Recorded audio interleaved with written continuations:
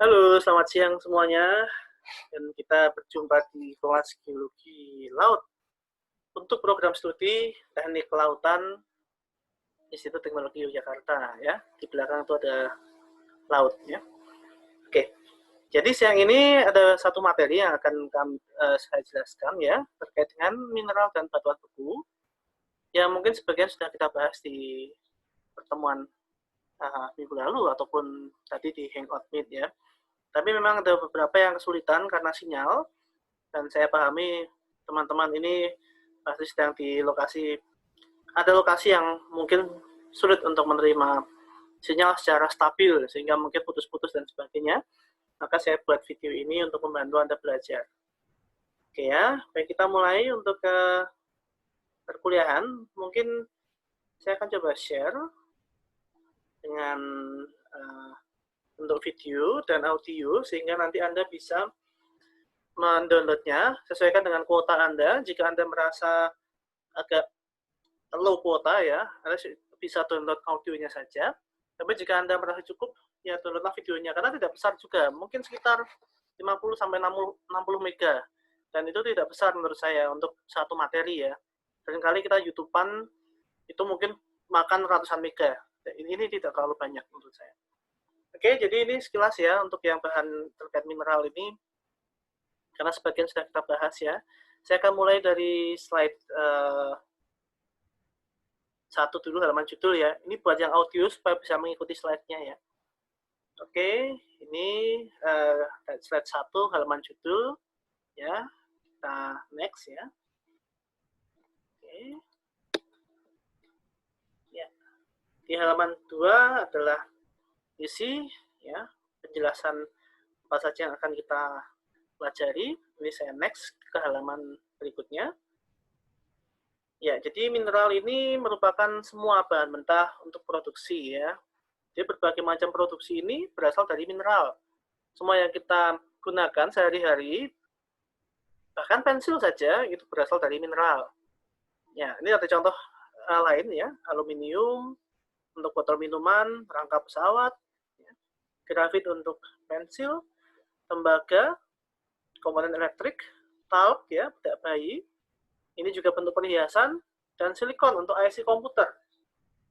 Dan mungkin untuk yang public figure itu silikon digunakan untuk yang lain gitu ya. Itu juga bisa digunakan. Ini bentuk malasit, ini bukan apa namanya? Kryptonite ya. Mirip hijau ya, tapi ini bukan kryptonite seperti yang di Superman itu.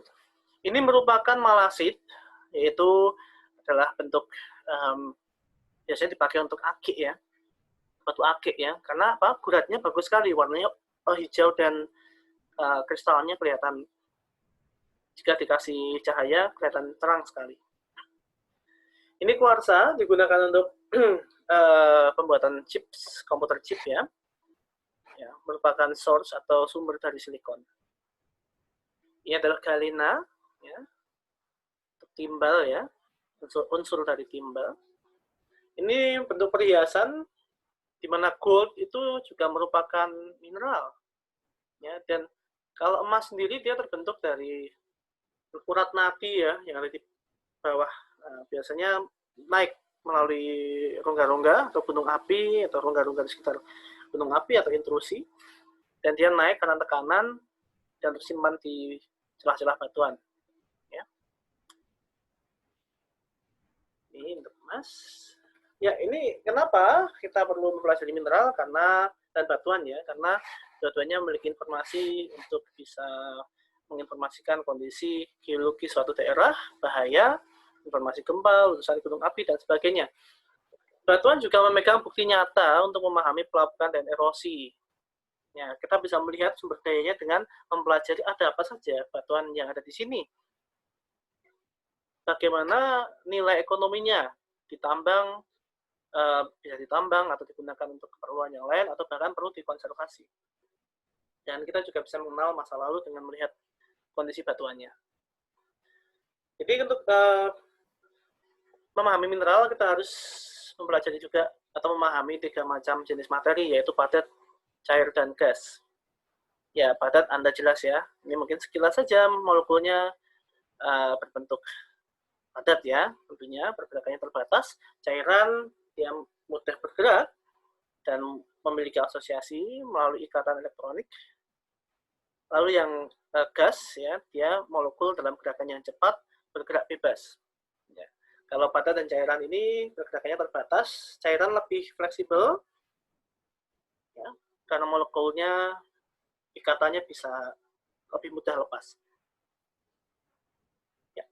Ini sudah pernah kami jelaskan, saya jelaskan ya, sekilas saja elemen, ya, tipe berbeda dari atom dalam bentuk murni, tidak bisa dibagi lagi.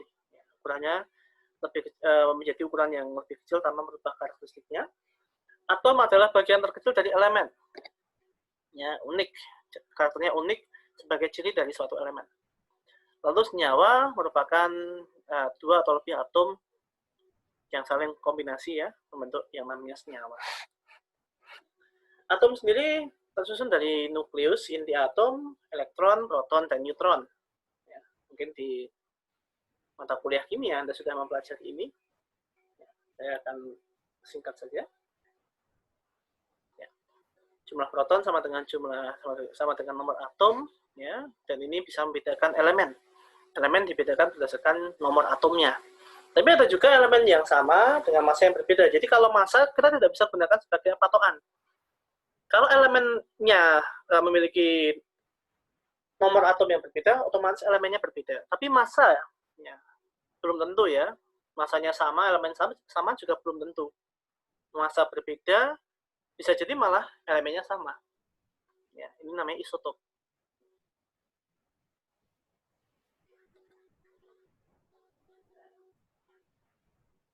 Contohnya karbon dengan nomor atom 14 ya. Ini ada isotopnya juga. Nah, contoh seperti ini ya.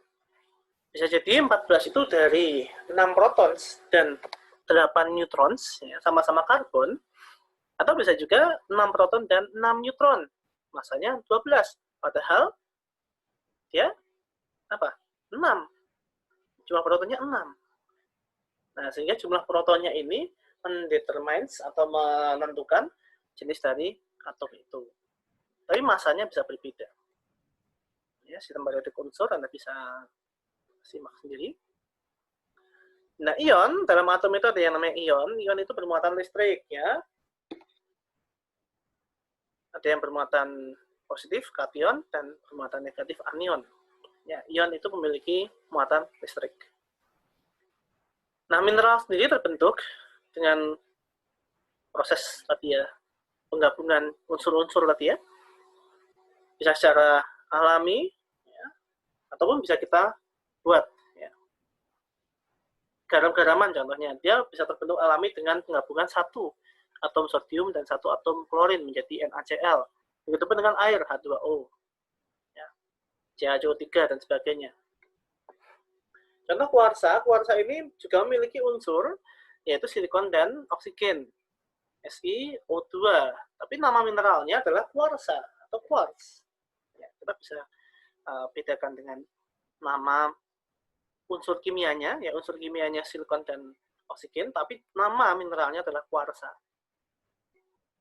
Nah, definisinya harus muncul alami, inorganik ya, bukan dari bentukan organik. Padat, memiliki struktur internal yang teratur, dan memiliki komposisi kimia tertentu. Ini nanti dibedakan, kalau mineral dia inorganik, tapi kalau batuan dia bisa dari organik. Ya, pay attention. Pembentukan senyawa itu bisa terbentuk dengan adanya penggabungan unsur ya, ikatan antar atom.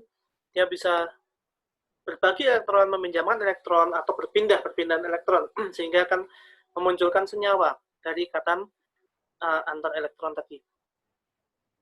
Ya, contohnya ini ya, sodium dengan klorin, ya saling memberikan, Na memberikan elektron, Cl mengambil elektron, sama-sama take and give, ya.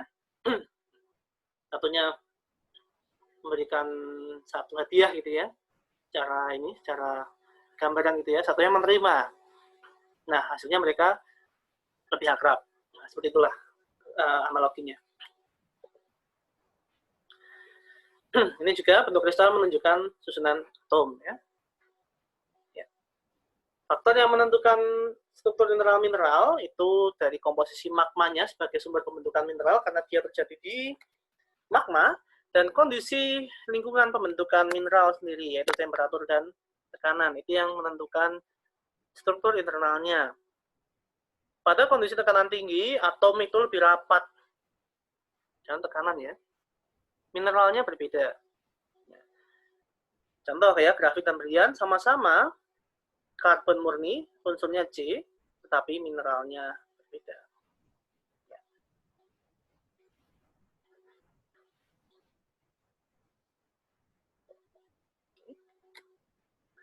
Identifikasi mineral dengan melihat dari color, luster, kilapnya, hardness, streak saat digoreskan ke suatu permukaan, bentuk kristal, cleavage, fracture, reaksi terhadap asam, rasa, bau, kemagnetan, ya, optical, ya, secara optis, elasticity, dan massa atau berat jenis, ya, spesifik gravity.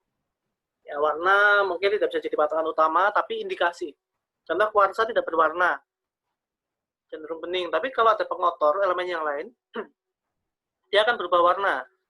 Ya, jika dia bergabung dengan unsur Fe misalnya kekuningan, ya dia akan putih dominan tapi kekuningan. Seperti itu. Ini juga bentuk-bentuk warna yang lain ya. Jadi memang mineral itu cantik. Seperti contoh kita mencampur minuman atau makan roti lapis ya. Luster kena makan cahaya, ya ini ya. Berbeda-beda mineral, berbeda cahaya juga. Kekerasannya 1-10, paling keras diamond, paling lembut talc. Di tengah-tengah ada glass, kaca. Seperti ini kalau kita belah. Kemungkinan belahannya akan mengikuti bidang yang lemah atau bidang yang memiliki ikatan paling lemah antar elemen tadi. Ya, ini juga ada terlihat lapisan-lapisannya. Jadi bagian ini kalau kita belah, dia bisa berlepas. Nah, ini juga ada bentuk-bentuk mineral dan kristal yang berbentuk dari situ. Strik kalau kita gores ke atas keramik, ini tes keasaman, ada yang berbuih, ya. Jika dia bereaksi dengan asam, ada yang tidak, tergantung dari komponennya. Ya, ini macam-macam elemen-elemen di alam, ada iron, aluminium, magnesium, dan sebagainya. Ini yang paling banyak dijumpai ya. Yang dominan tentunya silikon sama oksigen kalau kita lihat di permukaan bumi.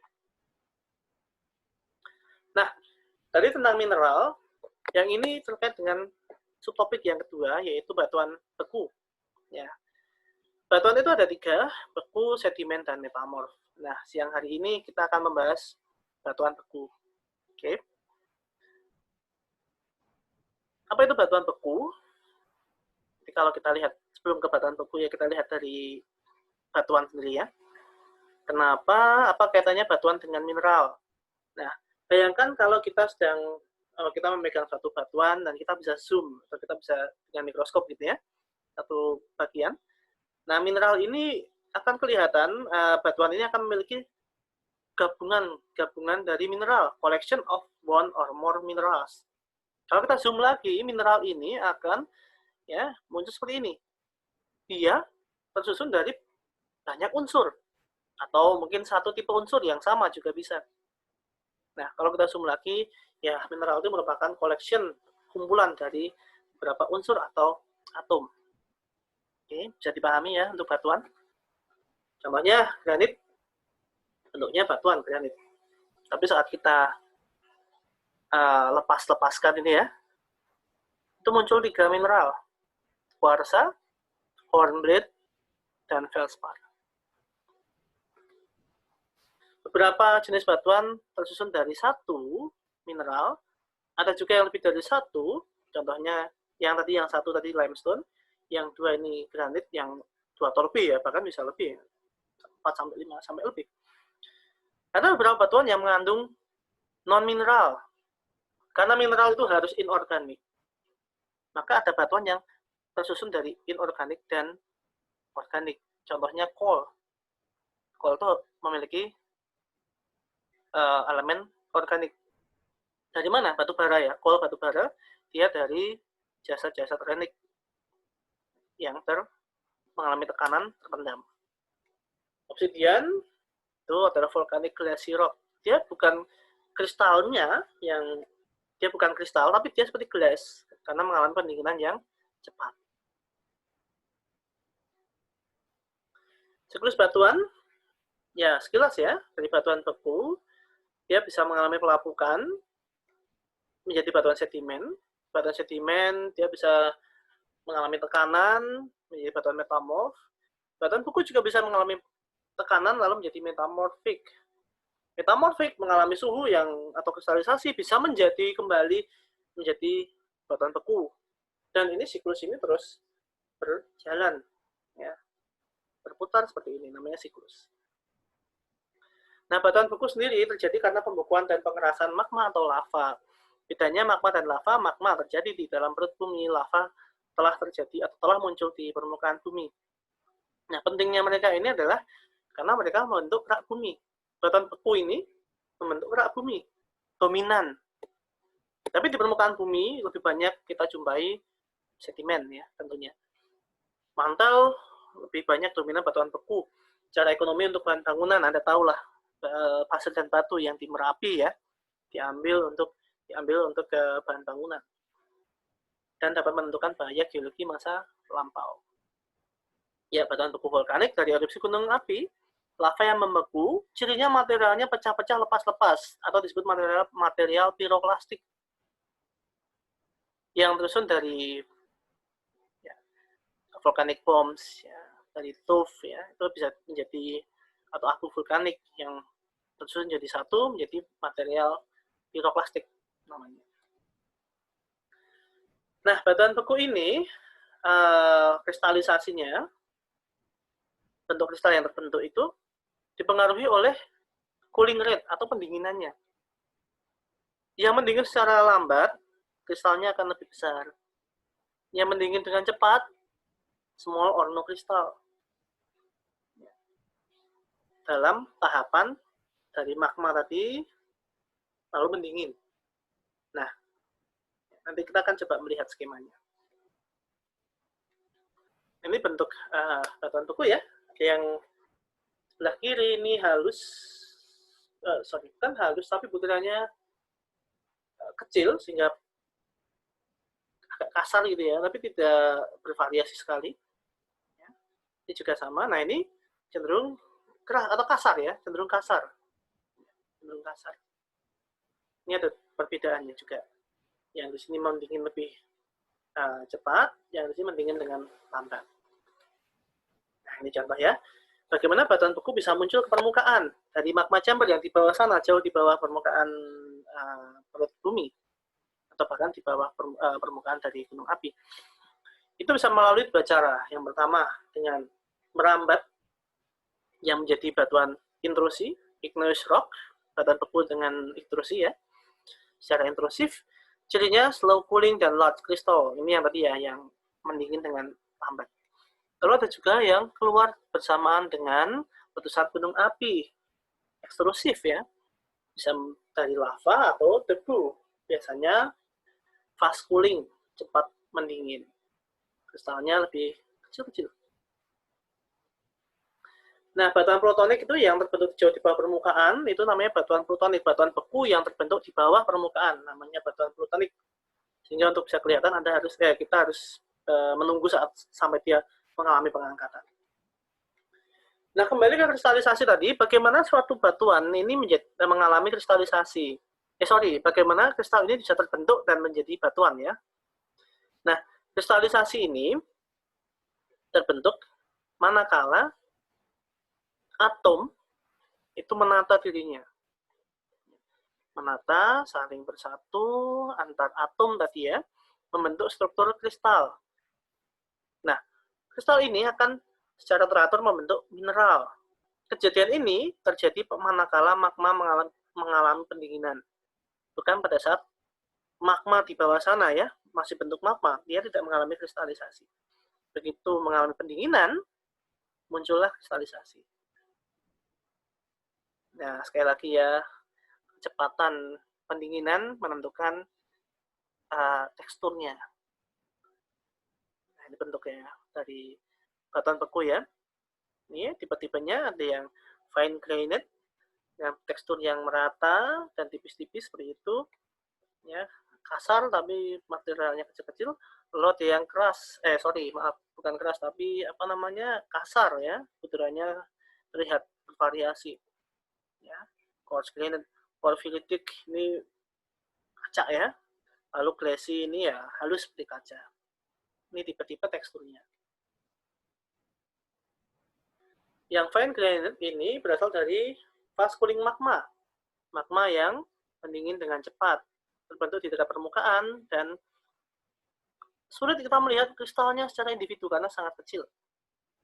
Yang coarse grained, yang kasar ini, dia terbentuk di bawah permukaan, mendingin dengan lambat, kristalnya kelihatan ya kasar ya, bentuk kristalnya kelihatan sekali. Untuk porphyritic magma mendingin perlahan-lahan sesaat, tapi lalu terjadi erupsi. Ya, sehingga proses kristalisasi terbentuk pada temperatur yang berbeda dan periode waktu yang berbeda. Ada kalanya awalnya dia sedang mendingin tadi, tapi karena erupsi, proses kristalisasinya dilanjutkan di permukaan sehingga terjadi dua skenario yang berbeda. Nah, membentuk porphyritic. Lalu yang keempat, glassy itu rapid cooling, terlalu cepat sekali di permukaan. Dan atomnya tidak membentuk kristal, tidak mampu membentuk kristal, sehingga bentuk kristalnya tidak terlihat, menjadi sangat halus seperti ini. Ini macam-macam batuan beku, gambarnya.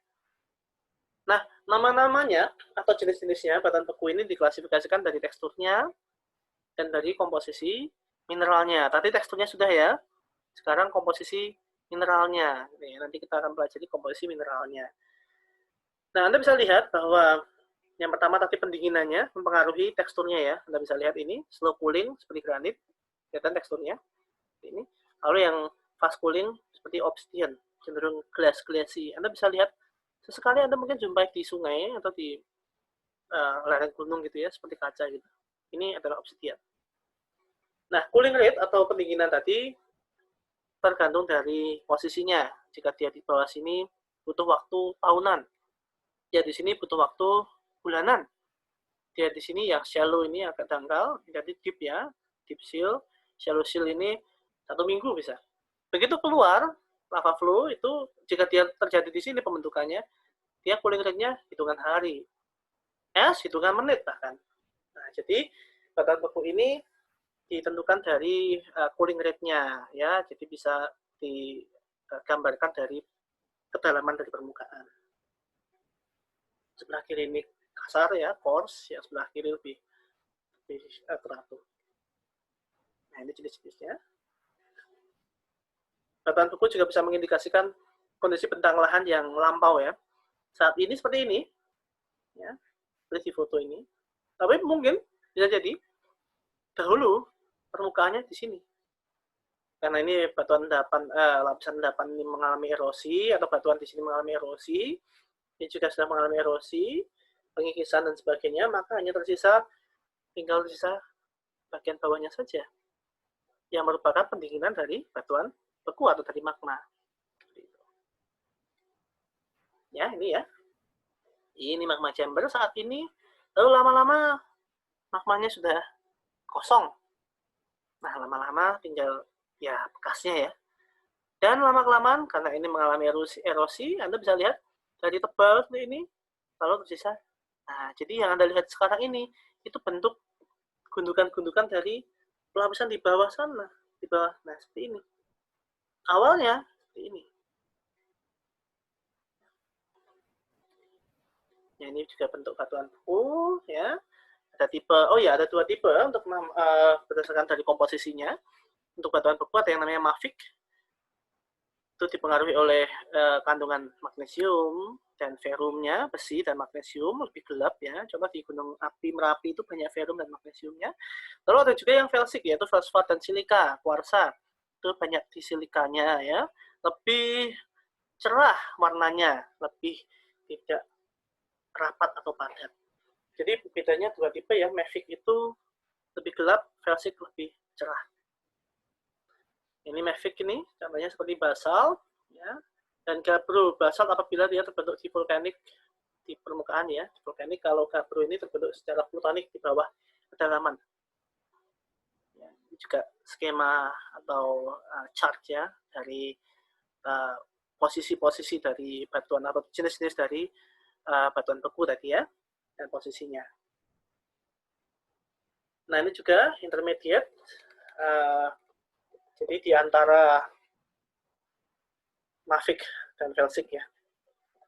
Nah, seperti ini ada andesit di permukaan, lalu andesit ya, lalu diorit di secara plutonik di bawah permukaan. Ya. Ada juga batuan felsic lebih cerah ya kelihatannya ya, yaitu riolit dan granit. Ya. Secara vulkanik dan secara plutonik atau terbentuk di bawah permukaan, jauh di bawah permukaan.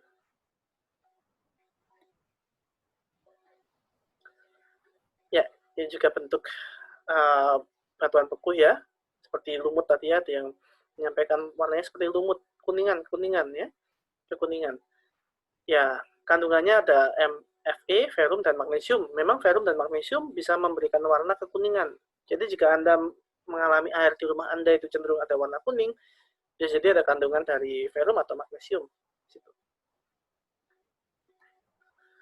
Ada lagi contoh felsic ya, batuan obsidian dan pumice. Ya.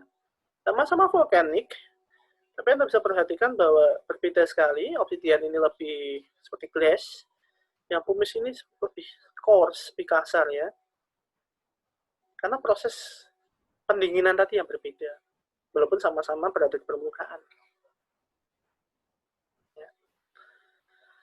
Yang perlu kita ingat bahwa kristalisasi itu tidak terbentuk di kondisi magma yang murni atau magma. Ya. Jadi proses kristalisasi terbentuk pada saat magma itu naik ke permukaan. Ya, itu baru terbentuk proses kristalisasi. Saat mengalami pendinginan, bentuk kristalnya akan lebih dominan. Tapi saat bentuknya seperti magmatik, kristalisasinya belum sempurna atau bahkan tidak terjadi kristalisasi. Nah, ini ya perbedaan temperatur ya, Anda bisa lihat dari jenis-jenisnya, mineralnya yang terbentuk ya, atau kristal-kristalnya seperti ini ya. Ya, last mineral to crystallize ya, quartz, muscovite, dan feldspar ini pada low temperatur. Jadi ini kondisi yang mengkristal yang belakangan. Ya. Yang ini olivine ini ya first minerals to crystallize. Jadi mineral olivine ini dia mengkristal pada kondisi high temperatur. Dan seterusnya. Raphioklast dia cenderung dari high sampai ke low temperatur. Ini lava flow ya, Anda bisa lihat seperti contohnya di Jogja juga ada di Berbah, di lava bantal. Nah ini lava bantal ya, karena bentuknya seperti bantal. Nah, ya. Ya. Dan tidak hanya lava flow ya, di bentukan-bentukan dari erupsi itu bisa berbagai macam, dari es fall ya, membentuk es flow, ya, membentuk lava bantal, membentuk tumpukan lava juga, lava layer gitu ya. Nah, seperti itu ya. Nah, dari kondisi vulkanik tadi, kejadian vulkanik tadi, akan muncul 3 hasil ya dari explosive volcanic eruption atau erupsi vulkanik yang tipenya eksplosif, yaitu batuan-batuan berbagai macam ukuran, lalu ash atau abu, lalu molten bombs, ya, bentuk bongkah-bongkah. 3 macam ini akan bersatu membentuk yang namanya pyroclastic rocks atau batuan pyroclastic vulkanik. Ya, itulah asal-usulnya. Nah, ini proses gunung api ya. Kejadian-kejadian ini, pyroclastic volcanic rock ini tersusun dari beberapa fragmen-fragmen batuan yang terlontar pada saat erupsi. Susunannya atau jenis-jenisnya bisa tuff ya. Tuff itu pyroclastic yang tersusun dari debu, volcanic rock ya, terbentuk saat abu itu masih sangat banyak dan mengalami deformasi ya. Lalu skoria warnanya merah atau hitam, lebih dense ya, lebih lebih rapat ya. Lalu volcanic breccia, lebih kasar, angular rock fragments ya, usually in the metric of fine to coarse ash. Jadi dia susun dari debu yang kasar sampai ke halus, atau halus sampai ke kasar. Nah, ini bentuknya obsidian, contohnya ya, sebelah kiri atas, obsidian. Nah, ini adalah pumice. Ini saya rasa Anda paling sering jumpai di sungai, ya, pumice atau pumice. Lalu ini adalah volcanic ash. Kalau obsidian terbentuk dari lava atau lava yang cepat sekali mendingin. Ya. Pumice ini juga dari pendinginan lava, tapi ada unsur pelepasan gas di situ. Ya. Sehingga apa? Terbentuk rongga-rongga. Nah, ini abu vulkanik. Oke. Nah, seperti itulah materi yang bisa disampaikan pada hari ini. Semoga bermanfaat untuk belajar semuanya. Dan tetap semangat, tetap sehat semuanya, dan kita jumpa lagi di sesi yang lain. Selamat siang, terima kasih.